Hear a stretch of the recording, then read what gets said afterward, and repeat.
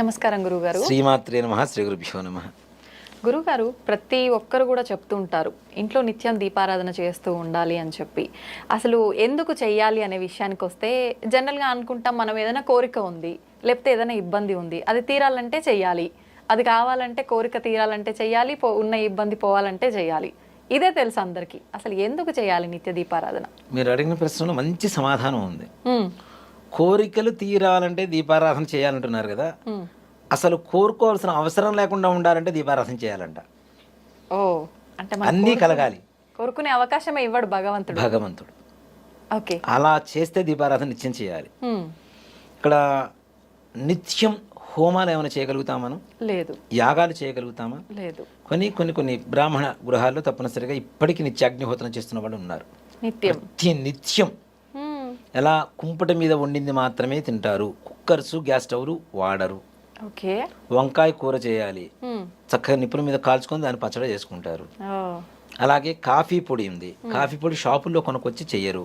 పచ్చి గింజలు కొనుక్కొచ్చుకొని ఎండబెట్టుకొని వాటిని వేయించి పొడి చేసుకొని కాఫీ ఫిల్టర్ చేసుకొని తాగేటువంటి వాళ్ళు ఇప్పటికీ ఉన్నారు. అలాగే నిలుచొని మంచినీళ్ళు తాగడం కానీ, నిలుచొని భోజనం చేయడం కానీ, ఏదైనా తినడం తాగడం ఏమీ చేయకుండా ప్రపంచంలో ఎక్కడున్నా సిగ్గుపడకుండా కింద కూర్చొని తాగేటువంటి వాళ్ళు, సేవించేటువంటి వాళ్ళు ఇప్పటికీ ఉన్నారు. అందుకని మన భారతదేశం కనీసం ఈ మాత్రం ధర్మపరంగా నడుస్తుంది. కొంతవరకు కుంటిపాతంతో నడుస్తున్నా కొంతవరకు బెటర్గా ఉంది. ప్రపంచం మొత్తానికి కూడాను మన హిందూ ధర్మం అనేది ఒక గొప్పది, అంటే మార్గదర్శకం. ఇలా చేస్తే కష్టాలు ఉండవని చెప్పడానికి కోసమే. అలా ఉండేవాళ్ళు చాలా మంది ఉన్నారు. మరి నిత్యాగ్నిహోత్రం అందరూ చేయగలుగుతారా? అందరూ చేయడం కష్టం కదా. మరి అగ్ని ఎవరి చేతుల్లో ఉంటుంది? ఇంట్లో ఆడవాళ్ళ చేతిలో వంట చేస్తారు కదా. మరి మగవాడు కదా ఇంటికి యాగం చేయవలసింది. హోమమైనా, యజ్ఞమైనా, యాగమైనా ఇంటి యజమాని చేయాలి. అందుకని దీపారాధన ఎలా చేయాలి అంటే, దీపారాధన చేయడానికి కావలసినటువంటి అన్ని సౌకర్యాలు ఆడవాళ్ళు, ఇంటి ఆడవాళ్ళు సిద్ధం చేసి ఉంచితే మగవాళ్ళు దీపారాధన చేయాలి. నాకు నేను రెడీ చేసుకుంటాను, ఇంట్లో ఆడవాళ్ళు ఉన్నా నేను చేసుకుంటానంటే కాదు. ఆడవాళ్ళు ముందుగా ఈ మొత్తం సిద్ధం చేసి పెడితే మగవాళ్ళు వచ్చి దీపారాధన చేయాలి. మరి వాళ్ళకంటూ వాళ్ళే చేసుకొని చేస్తారు లెక్కలోకి రాదా గురువు? ఎవరు? ఆడవాళ్ళు. వాళ్ళే అన్ని సిద్ధం చేసుకొని పూజ. నిజంగా మాట చెప్పాలి అంటే అలా చేసుకోవడం అనేది, చేయడం అనేది ఇక్కడ భార్యాభర్త కలిసి చేస్తుంటారు యాగం అనేది. అవునా? భార్య ఆల్రెడీ దీంట్లో ఒక భాగం అయిపోయిందని చెప్పడం కోసమే సిద్ధం చేయమని చెబుతున్నాం. ఓకే. దీపారాధన ఎందుకు చేస్తాను నిత్యం? హోమం చేసేటువంటి అవకాశం లేదు కాబట్టి నిత్యాగ్నిహోత్రమే దీపారాధన. ఓకే. మగవాడు దీపారాధన వెలిగిస్తున్నాడు, దానికి కావలసిన సౌకర్యాలు మొత్తం ఆడవాళ్ళు చేస్తూ ఉంటే భార్యాభర్తలు కలిసి యాగం చేసినట్టా కాదా? అవును, అవును. ఇంట్లో రోజు హోమం జరుగుతుంటే ఇంట్లో ఏమైనా కష్టాలు ఉంటాయా? ఉండవు కదా. అందుకనే దీపారాధన నిత్యం చేయాలి. నువ్వు దేవుణ్ణి కోరికలు కోరుకోవాల్సిన అవసరం లేకుండా ఉండాలి అంటే నిత్యం దీపారాధన చేస్తే చాలు. అది కూడా నిజంగా చెప్పాలంటే దీపారాధనలో కూడా చాలా విశేషమైనటువంటి ఇవి ఉన్నాయమ్మా. ఆవు నెయ్యితో దీపారాధన చేస్తాం. అంటే దేవతలకి దేవానాం ఆద్యమాహారం అని చెప్పి శాస్త్రం చెబుతుంది. అంటే దేవతలకు ఆహారం ఏమిటి అంటే నెయ్యి, ఆవు నెయ్యి, అదే ఆహారం అని చెబుతుంది. మరి నువ్వుల నూనెతో ఎందుకు చేస్తాం అంటే, ఎవరికైతే మృత్యుదోషాలు, అనారోగ్య స్థితిలో ఉంటారో అలాంటి వాళ్ళు నువ్వుల నూనెతో దీపారాధన చేయడం ద్వారా, నూనె దీపారాధన చేస్తాం కదా, ఒత్తి వెలుగుతూ ఉంటుంది కదా, ఆ పొగ వస్తుంటుంది కదా, యమధర్మరాజు ఆ ఒత్తి నుంచి వచ్చేటువంటి పొగ వాసన పిలిచి ప్రాణం తీయడానికి వచ్చినటువంటి యమధర్మరాజు, యమదూతలు కూడా ఆ యొక్క వాసన పిలిచి సంతృప్తి పడి ఇంటి నుంచి బయటికి వెళ్ళిపోతారట ప్రాణం తీసుకోకుండా. నువ్వులు అంటే శనీశ్వరుడు, యమధర్మరాజు యొక్క సహోదరుడే శనీశ్వరుడు. ఇద్దరు అన్నదమ్ములు. వీళ్ళిద్దరు ఎవరు కొడుకులు? సూర్యుడు కొడుకులు. ఆరోగ్యాన్ని ఇచ్చేటువంటి వాడు సూర్యుడు, బాధల్ని ఇచ్చేటువంటి వాడు శనీశ్వరుడు, ప్రాణాన్ని తీసుకెళ్లేటువంటి వాడు యమధర్మరాజు. భలే ఉంది అందరికి పొంతన. ముగ్గురు వీళ్ళిద్దరు ఈయన కొడుకులే, సూర్యుడు కొడుకులే వీళ్ళిద్దరు కూడా. నీలాంజన సమాభాసం రవిపుత్రం అంటే సూర్యుడు కొడుకు. యమ అగ్రజం, యముడి కంటే పెద్దవాడు. ఛాయ మార్తాండ, ఛాయాదేవికి సూర్యుడి యొక్క శక్తి, మార్తాండడు అని చెప్పి ఒక శక్తి ఉంటుంది. ఆ ఇద్దరికి పుట్టినటువంటి వాడే శనీశ్వరుడు. ఛాయా మార్తాండ సంభూతం తన్నమామి శనీశ్వరం. ఈ శ్లోక పరమార్థం అదే, సూర్యుడు కొడుకు యమధర్మరాజుకి అన్నయ్య కాబట్టి ఈ శనేశ్వరుడు. ఈ శనేశ్వరుడికి ఇష్టమైంది నువ్వుల నూనె. ఈ నువ్వుల నూనెతో పాటు పత్తి. మనం దానం ఇచ్చేటప్పుడు కూడా శనీశ్వరుడికి ఏం చేస్తామంటే అయఃకండ కార్పాస లవణ దానం అని చెప్పి దానం చేస్తారు. అయఃకండము అంటే ఇనుము, కార్పాసము అంటే పత్తి, లవణము అంటే ఉప్పు. ఈ 3 మృత్యు దోషాల్ని పోగొడతాయి అని చెప్పి శాస్త్రం. దానికోసమే దానం ఇస్తాం. ఇక్కడ నిజంగా ఇంట్లో ఎవరికైనా అనారోగ్య బాధలు, దారిద్ర్య బాధలు ఉంటే నిత్యం చేసేటువంటి ఇత్తడి కుందులు కాకుండా ఇనప ప్రమిదలు దొరుకుతాయి. ఇనప ప్రమిద తీసుకొచ్చి ఒక 41 రోజు పాటు ఇంట్లో కానీ మీ దగ్గరలో ఉండేటువంటి నవగ్రహాల దేవాలయంలో శనీశ్వరుల దగ్గర కానీ ఈ ఒత్తి వేసి నువ్వుల నూనె వేసి దీపారాధన చేస్తే శని బాధలు తొలగిపోతాయి, సమస్త అనారోగ్య సమస్యలు కూడా తొలగిపోయి ఆరోగ్యవంతులుగా మారుతారు. నిత్యం దీపారాధన చేయడం ద్వారా ఏమవుతుంది, మనకి కోరికలు కోరుకోవాల్సిన అవసరం ఉండదు, ఇంట్లో బాధలు ఉండవు, ఇంట్లో యజ్ఞం చేస్తున్నటువంటి ఫలితం కలుగుతుంది. అలాగే రోగ బాధలు ఏవైతే ఉంటాయో అవన్నీ కూడా వినాశనం కలిగి సద్గతి కలిగి మంచి ఆరోగ్యవంతులుగా తయారవడానికి దాని నుంచి వచ్చేటువంటి పొగ ఏదైతే కారణమవుతుందో అది కారణమవుతుంది. దీనివల్ల యమధర్మరాజు కూడా మృత్యు దోషాలు కూడా పోతాయి. అందుకని దీపారాధన చేయాలి. మనం కోరుకుంటాం 41 రోజు దీక్షగా దీపారాధన చేస్తాను, 42 రోజు మానేస్తాను, చీకటి పెడతాను అంటే బొట్టు లేని నుదురు, ముగ్గు లేని ఇల్లు, ధ్వజస్తంభం లేని గుడి, గురువు లేని చదువు, దీపారాధన లేని ఇల్లు, ఇవన్నీ శ్మశానంతో సమానం. మొత్తం శ్మశానంతోనే సమానం ఇవన్నీ. శ్మశానంలో ముగ్గు ఉండదు, దీపం ఉండదు, అవునా? ఇంకేముంటాయి? ఒక సామెత కూడా ఉంది, వద్దులే చెప్పండి. శ్మశానం ముందు ముగ్గు రాజకీయ నాయకులకు సిగ్గు ఉండదు అని. అదొక నానుడి అనమాట. కాబట్టి ఇవన్నీ లేనివి శ్మశానంతోనే సమానమని చెప్తారు. అందుకని నిత్యం దీపారాధన చేయాలి. అది కూడా దీపారాధన ఎలా చేయాలి, పొద్దున్నే చేయాలి. అంతకుముందు మనం చెప్పుకున్నాం స్నానం ఎలా చేయాలి, ఏ సమయాల్లో చేయాలని. పొద్దున్నే చీకటి అంటేనే మనకి చెడు నాన్న. ఇప్పుడు నలుపుని దేనికి వాడతారు ఎక్కువగా? ఎక్కడైనా చనిపోయినప్పుడు ఒక బ్యాడ్జీ తగిలించుకుంటారు, లేదా నల్లటి వస్త్రాలు వేసుకుంటారు. పూర్వకాలంలో నల్ల బొట్టు పెట్టుకున్నారు అంటే వాళ్ళ ఇంట్లో ఏదో అశుభం జరిగిందనే అర్థం, లేకపోతే నల్ల బొట్టు పెట్టరు. నిత్యం కుంకుమ, ఎర్రటి కుంకుమ లేదంటే ఎర్రటి బొట్టు పెట్టుకుంటారు. కానీ నల్ల బొట్టు పెట్టారు, నల్లటి వస్త్రాలు వేశారు అంటే వాళ్ళ ఇంట్లో ఏదో సూతకమో ఎవరో చనిపోయారనో ఏదో అశుభమనో దీనికే పరమార్థం చెడుకి. అలాంటిది తెల్లవారుజాము 4 ఎలా ఉంటుంది? చీకటిగా ఉంటుంది. అంటే రాక్షస శక్తులు ప్రబలేటువంటి సమయం. అందుకని ఆ సమయంలో దీపారాధన చేస్తే దీపం నుంచి వచ్చేటువంటి వెలుతురు ద్వారా ఉండేటువంటి దుష్ట సంహారం జరిగిపోతుంది. క్రిమి కీటకాదుల రూపంలో కూడా మనల్ని దరి చేరడానికి అవకాశాలు ఉంటాయి కాబట్టి అవి కూడా దీపకాంతికి దూరం అయిపోతాయి. అలాగే సంధ్యా సమయంలో చేస్తాం, సాయంకాల సంధ్యాదీపం అంటాం. సంధ్యా సమయం కూడా అదే సమయం కదా, అంతా చీకటి వస్తూ ఉంటుంది. ఆ చీకటి మనల్ని కబళించబోతుంది అన్న సమయంలో దీపం పెడితే చీకటి పోయింది కదా, అంటే చెడు పోయింది, మంచి వచ్చింది, వెలుతురు వచ్చింది. ఈ ఇంట్లోకి వెలుతురు వస్తుంది, నీ జీవితంలోకి వెలుతురు వస్తుంది, జ్ఞాన జ్యోతి వెలుగుతుంది. కాబట్టి ఇంట్లో నిత్యం దీపారాధన చేయవలసిందే. దాన్ని మానుకోవడం అనేది కరెక్ట్ కాదు. దీంట్లో ఇంకొక చిన్నది, వీడియో కొంచెం లెంత్ అయినా పర్లేదు, నేను చెప్తున్నాను. చాలా మంది మా ఇంట్లో ఎవరో చనిపోయారు, సంవత్సరం వరకు దీపారాధన చేయకూడదు, ఒట్టి పిచ్చి మాటలు చేయడానికి బద్ధకం వేసి చేయకుండా మానేస్తున్నారు. కానీ చనిపోయిన 15వ రోజు నుంచి ప్రతి నిత్యం దీపారాధన చేయవలసిందే. ప్రతి నిత్యం మీరు ఆ మనిషి చనిపోకముందు మీ ఇంట్లో ఏవైతే పూజలు చేశారో అన్ని పూజలు విధి విధానంగా చేయవలసిందే, నిత్యం చేసేటువంటి పూజలు. కానీ సంవత్సరం వరకు సృష్టి అంటారు కదా. ఇప్పుడు బాగానే ఉందమ్మా, ఒక మనిషి చనిపోయాడు, చనిపోకముందు నిత్యం స్నానం చేస్తా, మంచి బట్టలు వేసుకుంటా, మంచి ఫుడ్ తింటా, రోజు పూజలు చేసుకున్నా. మనిషి చనిపోయిన తర్వాత ఫుడ్ తింటా, స్నానం చేస్తా, మంచి బట్టలు వేసుకుంటా, దీపారాధన మాత్రం చేయను. నీకు మాత్రం అన్నీ కావాలి, దేవుడు మాత్రం మూలబడి ఉండాలంటే ఎలా? ఇంట్లో దేవుడికి పూజ చేస్తేనే మనకి ఏ రకమైనటువంటి బాధలు రావు అని నమ్ముతున్నాం మనము. దేవుడిని మూలపడేస్తే సంవత్సరం పాటు ఇంకెన్ని బాధలు అనుభవించాలి? నిజమే. అంటే ఎక్కడ లేదా ఇలా చేయకూడదని చెప్పి? చెయ్యకూడదని ఎక్కడన్నా రాసిందని చూపించమని చెప్పండి.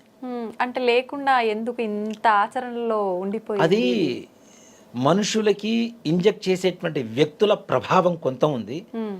కొంత చెబితే దానికి ఇందాక మనం అనుకున్నాం కదా మసాలా జోడించుకుంటామని, ఈ మసాలా అధిక మోతాదులో జోడించుకొని మన మైండ్లోకి ఇంజెక్ట్ చేసుకున్నాం. ఓకే. గుళ్ళోకి వెళ్ళకూడదు, సఠారి తీసుకోకూడదు, హారతి తీసుకోకూడదు, గోత్రనామాలు చెప్పకూడదు. అవునా? పెళ్ళి ఎవరైనా చనిపోయిన తర్వాత సంవత్సరం లోపల అమ్మాయి పెళ్లి చేయమని చెప్తారు. నిజం. మరి అప్పుడు గోత్రనామాలు చెప్పరా? విఘ్నేశ్వరు పూజ చేయరా? కొబ్బరికాయ కొట్టరా? దీపారాధన చేయరా? కన్యాదానం చేయరా? తలంబ్రాలు పోసుకోరా? వాళ్ళ ఇంట్లో వ్రతం చేసుకోరా? ఇది ఈ పుట్టింటి అమ్మాయి కదా అత్తగారింటికి వెళ్ళి వ్రతం చేసుకుంటుంది. మరి అక్కడికి వెళ్ళి వ్రతం చేసుకోవటం లేదా? వాళ్ళ ఇంట్లో శ్రావణ మంగళ గౌరి వ్రతాలు ఉంటే చేసుకోరా? శ్రావణ శుక్రవార వ్రతాలు ఉంటే చేసుకోరా? మరి అవన్నీ ఎందుకు పనికొస్తాయి? ఎట్లా పనికొస్తాయి? నిజంగా నాకు ఈ డౌట్ ఎప్పుడు ఉండేది గురువుగారు. మరి అవన్నీ పనికొస్తాయా లేవా?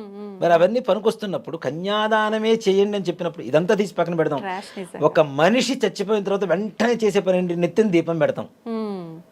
నిజమే. శవం అక్కడ ఉన్నప్పుడే నెత్తిన దీపం పెట్టినప్పుడు శవం పోయిన తర్వాత 15 రోజులు మైలైపోయిన తర్వాత ఇంట్లో దీపం పెట్టుకోవడానికి ఏమైందమ్మా? ఇప్పుడు ఆ నెత్తిన దీపం పెట్టడం ఎందుకు గురువుగారు? ఏంటి అది? ఒక పెద్ద సబ్జెక్టు, అది తర్వాత చేద్దాం మనం తప్పనిసరిగా. ఇంట్లో నిజంగా ఒక కర్మ చేస్తాం కదా, కర్మకి వెళ్ళి వచ్చిన తర్వాత ఈ కర్మ చేయడానికి శ్మశానానికి వెళ్తాడు. వెళ్ళొచ్చే లోపల దీపం ఇంట్లో రెడీగా పెట్టారు, ఆ దీపాలను చూసి నమస్కారం చేసుకొని లోపలికి వెళ్ళి భోజనం చేయాలని చెప్తారు. మరి అప్పుడు దీపారాధన మనకు వస్తుందిగా. కర్మ చేస్తున్న సమయంలోనే ఇంట్లో దీపారాధన చేస్తున్నప్పుడు కర్మ అయిపోయిన తర్వాత దీపారాధన చేయడానికి ఏమాయి రోగం? తప్పేం కాదు కదా అది. మరి తప్పనిసరిగా మనం ఒక మనిషి పోకముందు ఏవైతే మన జీవన విధానం ఉందో అదే విధానాన్ని తప్పనిసరిగా ఆ మనిషి చనిపోయిన తర్వాత 15 రోజులు కర్మ అయిపోయిన తర్వాత మైలైపోయిన తర్వాత తప్పనిసరిగా యథావిధిగా నిర్వర్తించుకుంటూ వెళ్ళిపోవచ్చు. కాబట్టి నిత్య దీపారాధన అనేది ఇప్పుడు మా ఇళ్లలో దేవతార్చన అని శివలింగాలు ఇవన్నీ ఉంటాయి. ఈ 15 రోజులు ఎవరన్నా చనిపోయి ఉంటే మాకు మా బంధువులు ఎవరో చనిపోయారు, మాకు మైలు వచ్చింది, ఈ 15 రోజులు వేరే వాళ్ళ ఇంటికి పంపిస్తాం, వాళ్ళ ఇంట్లో అభిషేకం చేయమని. 15 రోజులు అయిపోగానే మళ్ళీ తెచ్చుకొని మేము అభిషేకం చేసుకుంటాం. సాక్షాత్ మా ఇంట్లోనే మా అమ్మగారు చనిపోయారు, మా ఇంట్లో దేవతార్చన ఉంది, ఆ 15 రోజులు వేరే వాళ్ళ ఇంటికి పంపిస్తాం. 15 రోజులు అయిపోయిన తర్వాత నా శివుడిని నేను తెచ్చుకుంటా, లేకపోతే నాకు బాధ. అంటే ఆపకూడదు, ఏది ఆపకూడదు. మనం మాత్రం నిత్యం మంచిగా ఉంటాం. పుట్టినరోజు చేసుకోకూడదురా అని చెబుతారు, కానీ ఆ రోజు కొత్త బట్టలు వేసుకోకుండా వాడు మాండు. బయట ఇవాళ మా ఇంట్లో మా అమ్మగారు చనిపోయారండి, మా పిల్లవాడు పుట్టినరోజు చేసుకోకూడదు అందుకని బయట చేసుకుంటున్నాడు. మరి బయట చేసుకుంటే ఒకటి, ఇంట్లో చేసుకుంటే ఒకటి, అంతే కదా, తప్పు కదా అది. మరి కాబట్టి అలాంటివి ఏమీ లేవు, చక్కగా చేసుకోవచ్చు. విశేషమైనటువంటి పూజలు వ్రతాలు ఏవీ చేయకూడదు. అంతేగాని ఇప్పుడు నువ్వు చనిపోయిన తర్వాత కాశీకి తీసుకెళ్ళి అస్థికలుగలు పోస్తున్నావు, సాక్షాత్ పరమేశ్వరుని దర్శనం చేసుకొని వస్తున్నావు. అసలు శవాన్ని తీసుకెళ్తుంది శ్మశానాన్ని తీసుకెళ్తున్నావు, శ్మశానంలో ఉండేది శివుడు. శ్మశానం నుంచి డైరెక్ట్ ఇంటికి రాకుండా శివాలయానికి ముందు స్నానం చేసి శివాలయానికి వెళ్ళి దర్శనం చేసుకుని ఇంటికి వస్తున్నావు, అది శివాలయం అవుతుంది. ఇవన్నీ కూడా వద్దు. కర్మ చేసినటువంటి కర్త 13వ రోజు దేవాలయానికి వెళ్ళి నిద్ర చేస్తాడా లేదా? మరి అలాంటప్పుడు దేవుడికి గుడికి ఎందుకు వెళ్ళకూడదు? మరి ఎవరో ఏదో చెప్పారు మనం నమ్మేసుకున్నాం, ఏదో ముక్కు మూసుకొని కళ్ళు మూసుకొని చేసుకుంటూ వెళ్ళిపోతున్నాం అంటే ధర్మం కాదు కదా అది. ధర్మాన్ని ధర్మంగా పాటిస్తేనే ధర్మంలాగా ఉంటుంది, ఆ ధర్మం మనల్ని కాపాడుతుంది. అది కానీ ఇది మార్చలేమేమో గురువు గారు. మారుస్తాను మన గ్యారంటీ. నేనైతే దానికి గట్టి సంకల్పం కంకణం కట్టుకొని తిరుగుతున్నా నేను, గట్టిగా మార్చాలి అంటే నిజం తెలియాలి జనాల్లోకి. ఇది మార్చాలి అంటే మనం ఏదో అభూత కల్పన చేయడం లేదు, అబద్ధం చెప్పడం లేదు, ఉన్నది సత్యం ఇది. నా దగ్గరికి ఎవరు వచ్చినా నేను గట్టిగా వాళ్ళతో పోట్లాడి మరీ చెప్తా, నువ్వు చేయి దీపారాధన, చేయకపోతే నీకు పాపం వస్తుంది, గ్యారంటీ నిజంగానే పాపం వస్తుంది. రోజు పిల్లవాడికి అన్నం పెడుతూ మన ఇంట్లో పిల్లవాడు ఎవరు చనిపోయారని చెప్పి 15 రోజులు అయిపోయిన తర్వాత అన్నం పెట్టకుండా మానేస్తామా? మరి ఇంట్లో దేవుడు కూడా మనవాడే కదా. ఇప్పుడు దేవుడిని రా పోరా రారా అని చెప్పి పిలిచిన భక్తులు ఉన్నారు, అవునా? భక్త రామదాసు తీసుకుందాం, నీ అబ్బ సొమ్ము అనుకున్నావా, నీ అత్త సొమ్ము అనుకున్నావా, నీ మామ సొమ్ము అనుకున్నావా అని చెప్పి డైరెక్ట్ పిలుస్తూనే ఉన్నాడు ఆయన, అవునా? అంటే మనం ఓన్ చేసుకున్నాం కదా, మన సొంత ఇంట్లో మనిషిలాగానే మన ఓన్ పర్సన్, అవునా? మన కుటుంబంలో ఒక సభ్యులాగానే మనం ఓన్ చేసుకున్నాం. మరి ఓన్ చేసుకున్న ఒక సభ్యుడికి ఎవరో చనిపోయారని చెప్పి భోజనం పెట్టుకుంటే ఎట్లా ఉంటాం మరి ఇంట్లో? అంతే కదా, తప్పు కదా. గురుగారు, నిత్య దీపారాధన చేయాలి అని అంటే ఆడవాళ్ళలో ముఖ్యంగా వచ్చే సందేహం, డైలీ తలస్నానం చేసే పూజ చేయాలా? అక్కర్లేదమ్మా, ఆడవాళ్ళకి ఆ నియమం లేదు. నిజంగా మాట చెప్పాలంటే నిత్యం తలస్నానం చేసి దీపారాధన చేయాలి అంటే ముందు ఆరోగ్య సూత్రాలు పాటించాలి కదా. అది తుడుచుకోకుండా తడితడిగా ఉండి, ఇప్పుడు చాలా మంది మడి అని చెప్పి తడి బట్టలు కట్టుకొని తిరుగుతుంటారు. మడి అనేది ముఖ్యంగా మనసుకు సంబంధించింది. ఒక శ్లోకం ఉంది కదా, చిత్తశుద్ధి లేని శివ పూజలేల, ఆత్మశుద్ధి లేని ఆచారమదయేల, భాండశుద్ధి లేని పాకమదయేల, విశ్వదాభిరామ వినవేమ. చిత్తశుద్ధి లేకుండా శివ పూజలు చేసినా, ఆత్మశుద్ధి లేకుండా ఆచారాలని చెప్పినా, నిన్న వండిన గిన్నెను కడగకుండా మళ్ళీ ఇవాళ అన్నం వండినా ఏవి ప్రయోజనం లేవు కదా. మరి చిత్తశుద్ధి ఉండాలి, ఆత్మశుద్ధి ఉండాలి, ఆ తర్వాతనే ఆచారాలు. కాబట్టి మనం దేవుడి దగ్గర పూజ చేస్తున్నాం, దానికి స్నానం రోజు తల స్నానం చేయాలంటే చేయాల్సిన అవసరం లేదు. ఓకే. అలా అలా నియమం అంటూ ఏమీ లేదు, ఎక్కడ కూడా లేదు. ఓకే. నిజంగా అసలు మీకు సాటి ఎవరు రారనే చెప్పాలి గురుగారు. నేనైతే అద్భుతంగా వివరించారు గురుగారు. కనకదార స్తోత్రం ఈ మధ్య కాలంలో ప్రతి ఒక్కరు కూడా అంటే ఏం చేసినా కూడా మాకు ఫలితం లేదు అని పూజలు ఇలాంటి పక్కన పెట్టి స్తోత్ర పారాయణాల వైపు ఎక్కువగా మొగ్గు చూపుతున్నారు. అలా చూసుకుంటే కనకదార స్తోత్రము అనగానే కనకదార అంటే మనకు బంగారం వర్షం, ధనమే వర్షంలో కురుస్తుంది అని చెప్పి ఇది ఒక నమ్మకం అయిపోయింది. అంటే అలా కురుస్తుంది అని చెప్పలేం, కానీ అసలు ఏంటి మనం అర్థం చేసుకునేది కరెక్టేనా? ఈ కనకదార స్తోత్రం యొక్క వైశిష్ట్యం ఏంటి? అది చేయటం వల్ల మనకెటువంటి ఫలితం ఉంటుందో తెలియజేయండి. కనకధారాస్తవము అనేటటువంటిది జగద్గురు అయినటువంటి ఆదిశంకరాచార్యులు వారు ఆయన లక్ష్మీ అమ్మవారిని ఉద్దేశించి చేసిన స్తోత్రం. అయితే భక్తులు మనందరము నమోస్తు విష్ణు వల్లభాయై, నమోస్తు కృష్ణ వల్లభాయై అని ఉంటాయి మంత్రాలు, చాలా బాగుంటాయి అవి. అయితే జగద్గురు ఆదిశంకరాచార్యులు వారు చిన్నప్పుడు కాలడి అని కేరళలో ఒక గ్రామంలో పుట్టారు. పుట్టిన తర్వాత ఆయన వాళ్ళ అమ్మని సన్యాసంకి దీక్ష ఎలాగో ఒప్పించుకొని తర్వాత ఫస్ట్ మధ్యాహ్నం 12 గంటలు అయ్యేసరికి భిక్షకు వెళతారు. ప్రతిరోజు భిక్ష ఒక్కసారి అడగాలి సన్యాసి అనేవాడు. ఇవ్వకపోతే, భిక్ష వేయకపోతే ఇంకా ఆ రోజు పసుతో ఉండాలి వాళ్ళు. రోజులో ఒక్కసారి అడగాల, ఒక్కరినే అడగాల ఫస్ట్ టైం. వాళ్ళు ఇవ్వకపోతే ఇంకా భిక్ష కడుపుతో ఉండిపోవాలి. ఇది సన్యాస దీక్ష. ఆ తర్వాత ఆ రోజు సాయంత్రం మళ్ళీ ఆ ఊర్లో ఉండకూడదు, నెక్స్ట్ ఊరు వెళ్ళిపోరు. మరి ఇప్పుడున్న స్వామీజీలు అందరూ ఎలా ఉంటున్నారు? సన్యాస దీక్షలో ఉండట్లేదు. అప్పుడు ఆ గర్భ దరిద్రురాలైనటువంటి ఆవిడని సెలెక్ట్ చేసుకుంటాడు ఆయన. ఆయన మామూలు సన్యాసి కదా, ఆమెను ఉద్ధరించాలి కదా. జగద్గురు ఆదిశంకరాచార్యులు వారు ఎవరు? సాక్షాత్తు శివస్వరూపం.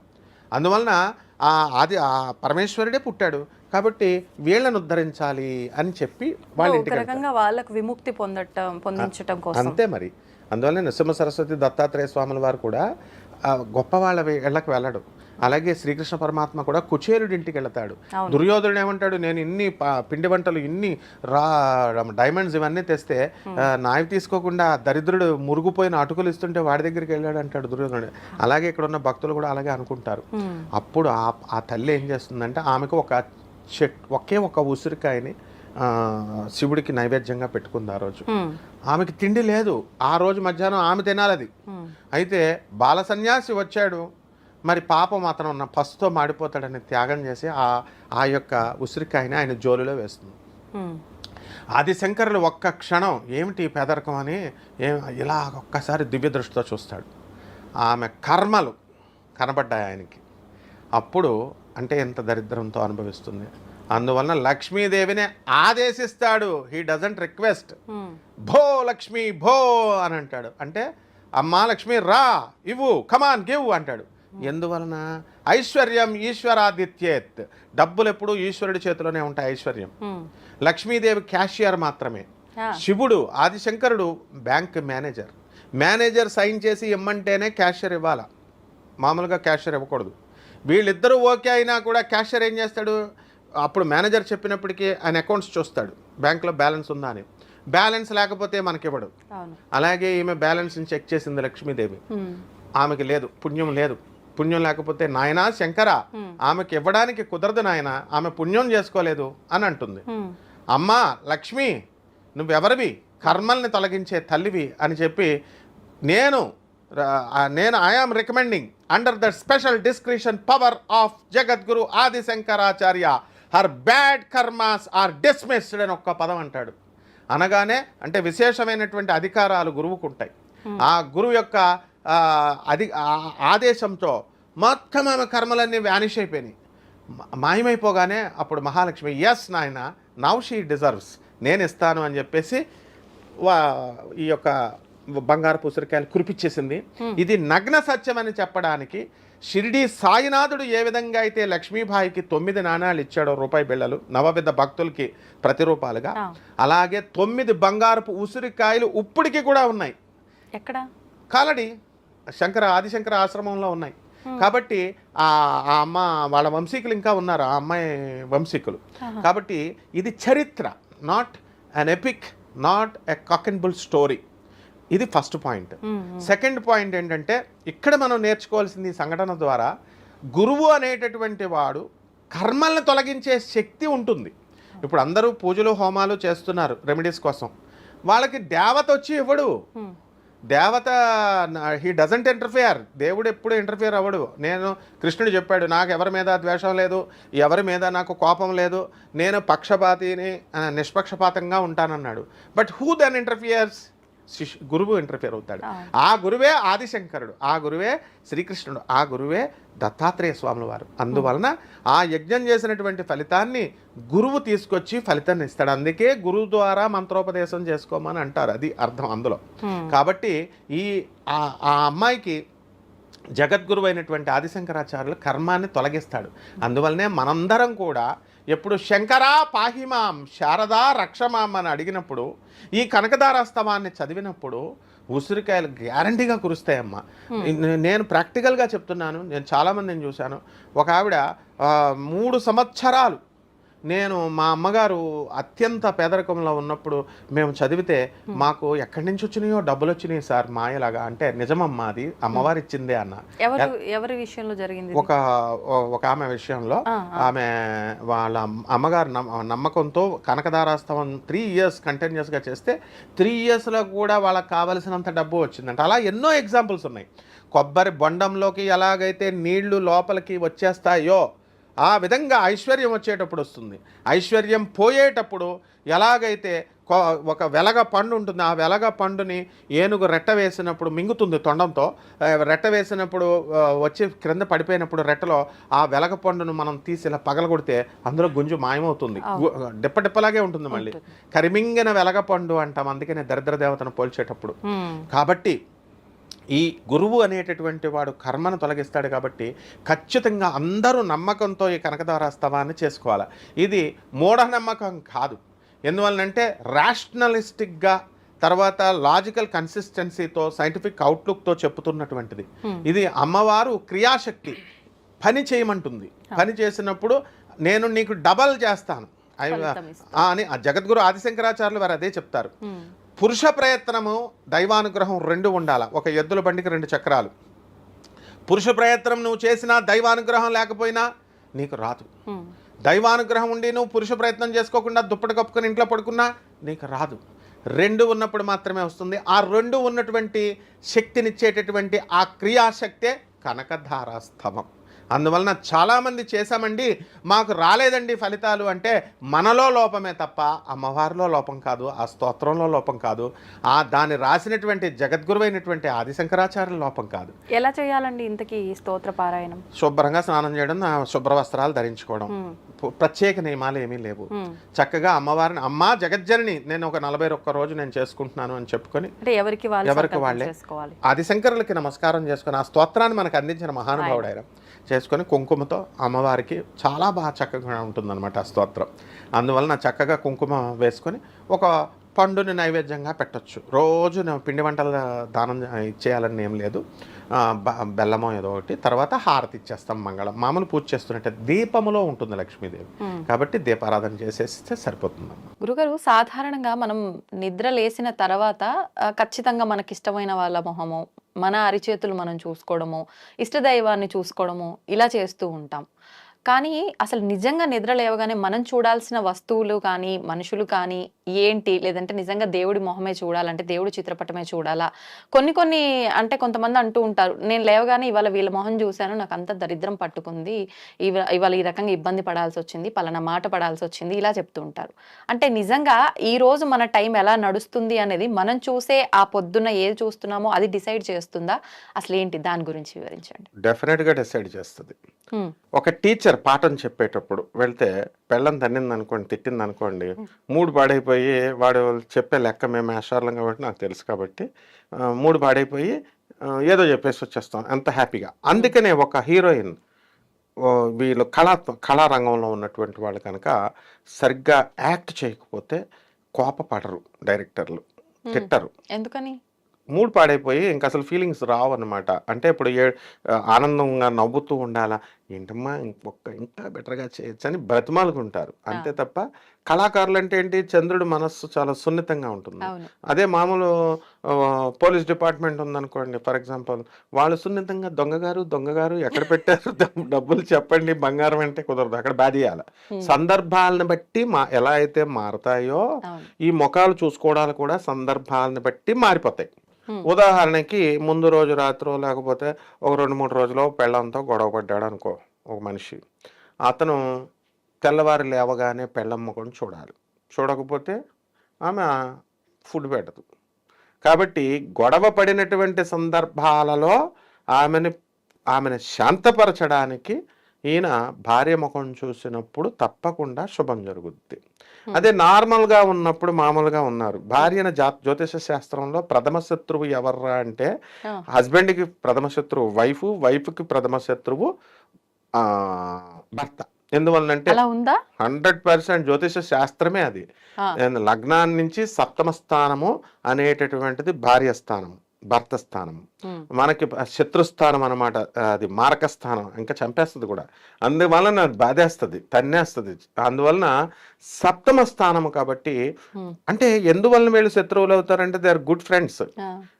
24 గంటలు కూర్చుంటారు, ఏముంటది డిస్కషన్.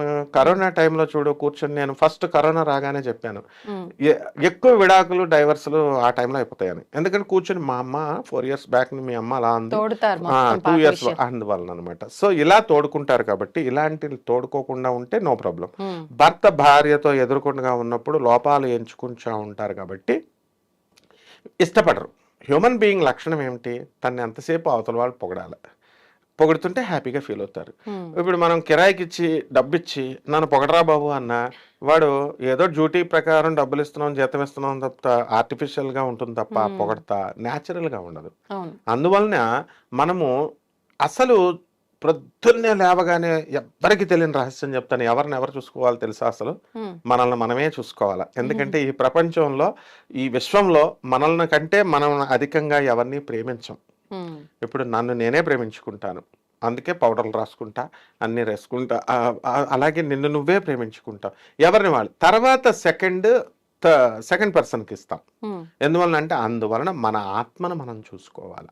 మనం ఆత్మావలోకనం చేసుకోవాలంటే మనం ఎవరము, మనము అంటే మనం ఫిజికల్ బాడీ అండ్ లోపలున్న ఆత్మ. మనం ఫిజికల్ బాడీ అని పెద్దవాళ్ళు ఎందుకు చెప్పరు, I'm not this physical body అని అంటాం. ఎందువలన అంటే ఫిజికల్ బాడీ అని అనుకొని మనం భ్రమలో దీనికి తిండి పెడుతున్నాం, పోషిస్తున్నాం, ఆత్మను వదిలేస్తున్నాం. ఆత్మ కూడా ఒక పార్ట్, మైండ్ కూడా ఒక పార్ట్, బాడీ కూడా ఒక పార్ట్. ఈ 3 కలిస్తేనే నేను అనే విషయం గుర్తుపెట్టుకోవాలి. కాబట్టి ఆ ఆత్మ ఎవరు, దైవస్వరూపం, దైవం.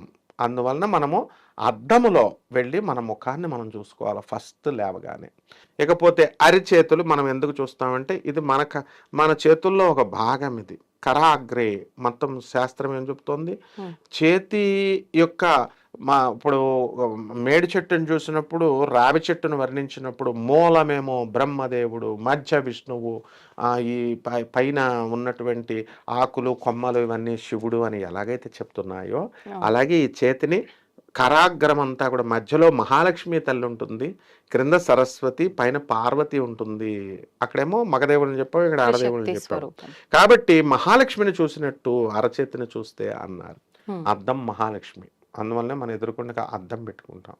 రాధాకృష్ణుల బొమ్మ కంపల్సరీ ఉండాలి, చూడాలా లేచిన తర్వాత కంపల్సరీ చూడాల్సిందే రాధాకృష్ణుల్ని లేదా శివపార్వతుల్ని. ఎందువలన అన్యోన్య దాంపత్యం చేసినటువంటి వాళ్ళు.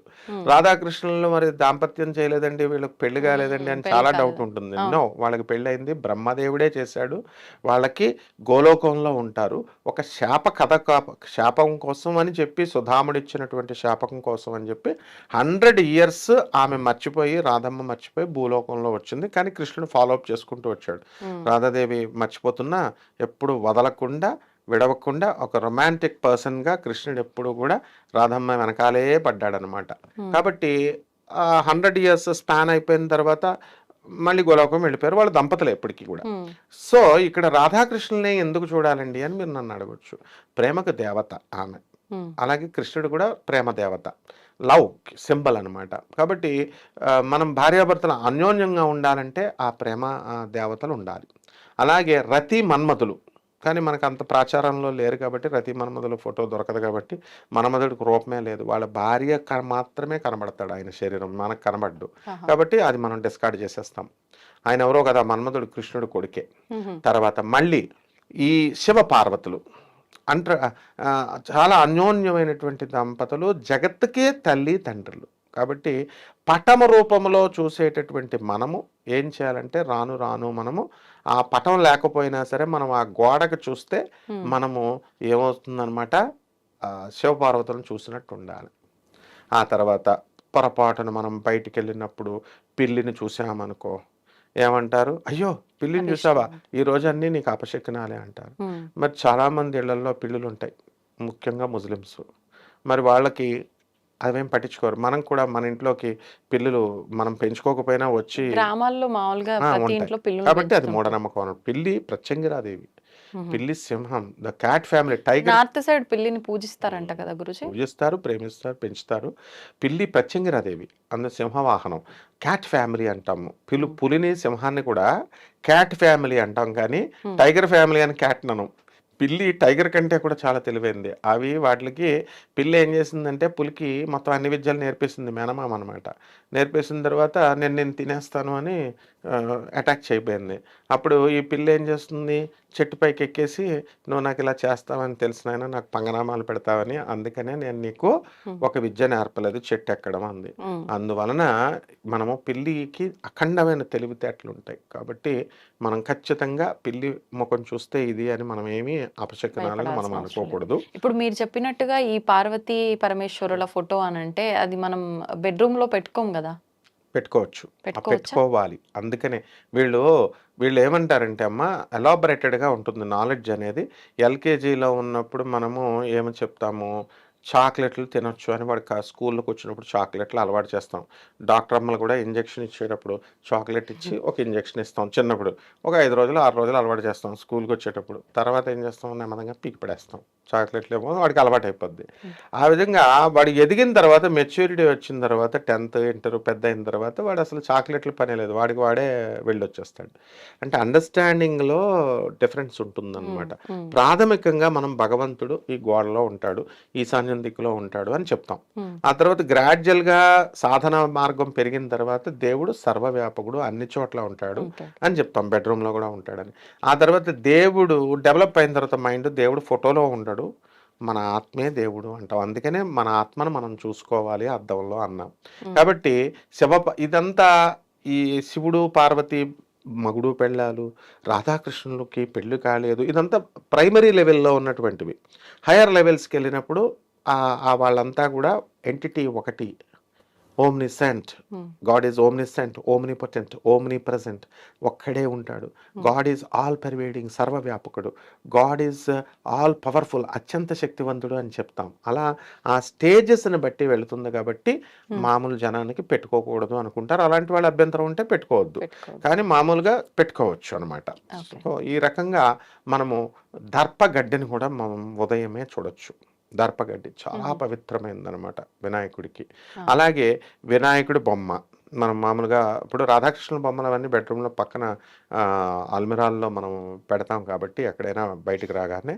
సో భార్య ముఖము, పిల్లల ముఖాలు, కుటుంబ సభ్యుల ముఖాలు ఇవన్నీ కూడా చూడొచ్చు. అయితే మనము అది అటాచ్మెంట్గా అయిపోతుంది కాబట్టి పిల్లల ముఖాలు, చాలామంది వాళ్ళ పిల్లల ముఖాలే చూస్తారు. ఆ తర్వాతే బయటికి వెళ్ళిన తర్వాత. అందువల్ల ఎవరికి బయటకు వెళ్ళిన తర్వాత చూడకూడదంటే ఒక గబ్బిడము, ఒక గుడ్లగూప, అవి ఎలాగో రావు, అవి ఇప్పుడు రేర్గా కనబడతాయి. ఒక కాకి, ఇలాంటివి రేర్గా ఉంటాయి అన్నమాట.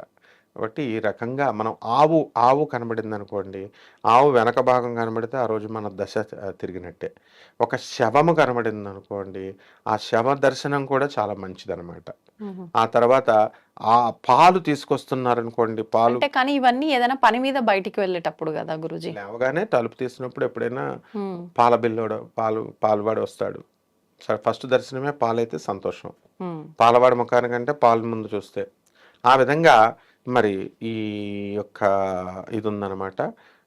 చింపురు జుట్టు ఉన్నటువంటి వాళ్ళ ముఖం చూసామనుకో, పని మనిషి వస్తుంది చింపురు జుట్టు, మరి ఆమె జ్యేష్ఠాదేవిని చూసినట్లు లెక్క.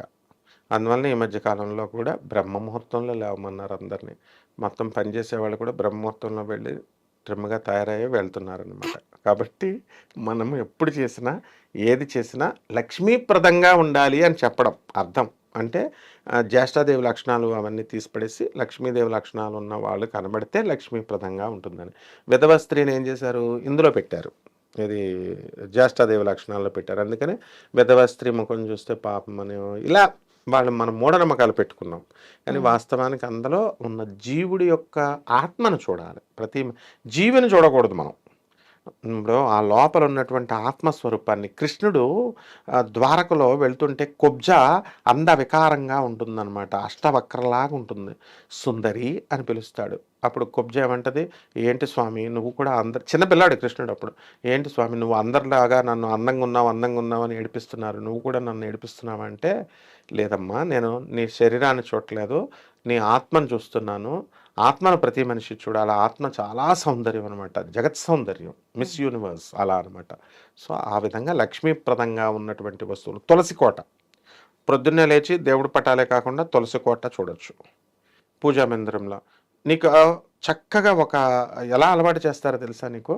మా అమ్మగారు వెంకటేశ్వర స్వామి, మా కులదైవం వెంకటేశ్వర స్వామి కాబట్టి పెద్ద వెంకటేశ్వర స్వామి బొమ్మ ఉంటుంది, ఫోటో. దాంట్లో ఆమె రోజు ప్రొద్దున్నే లేవగానే చిన్నప్పుడు ఇప్పటికీ నాకు గుర్తుంది, దండం పెట్టి ఇచ్చేటప్పుడు ఒక చాక్లెట్ ఇసిరేవారు. చాక్లెట్ ఇసిరితే ఆ చాక్లెట్ దేవుడు వేస్తున్నాడని చెప్పేవారు. నేను 5th క్లాస్ వరకు నమ్మేశా దేవుడు వేస్తున్నాడని. ఒకరోజు వేసేటప్పుడు ఇలాగ ఆమె నుంచి పైనుంచి వేస్తుంటే అది కనబడి అప్పటి నుంచి నమ్మడం మానేసా. అంటే అలా అలవాటు చేస్తారు పెద్దవాళ్ళు. అంటే మెయిన్గా ఇవన్నీ కష్టాలు అక్కర్లేదు, దేవుడి బొమ్మ చూస్తే సరిపోతుంది అనమాట. ధన్యవాదాలు Guruji. ధన్యవాదాలమ్మా. And for more videos, Please subscribe to iDream. Please subscribe to iDream. Please subscribe iDream. And please subscribe to iDream. For more videos, subscribe to iDream. please like, share, and subscribe to the channel. Congratulations, iDream. Subscribe to iDream. Subscribe to iDream. So subscribe to iDream Media. iDream ki iDream team andarki huge congratulations. Please subscribe iDream Media. Please subscribe to iDream. Subscribe iDream. Please subscribe to iDream. iDream అంటే నా కళల channel subscribe చేసుకున్న నోరు తిరుగుతలేదు, మీరైతే గంట గుర్తు కొట్టండి. For more such videos, please subscribe to iDream. Subscribe to iDream. Please subscribe to iDream. Please subscribe iDream Media. Please do subscribe to iDream. Please subscribe to iDream Media. For best entertainment and information, please subscribe iDream. And don't forget to subscribe to iDream.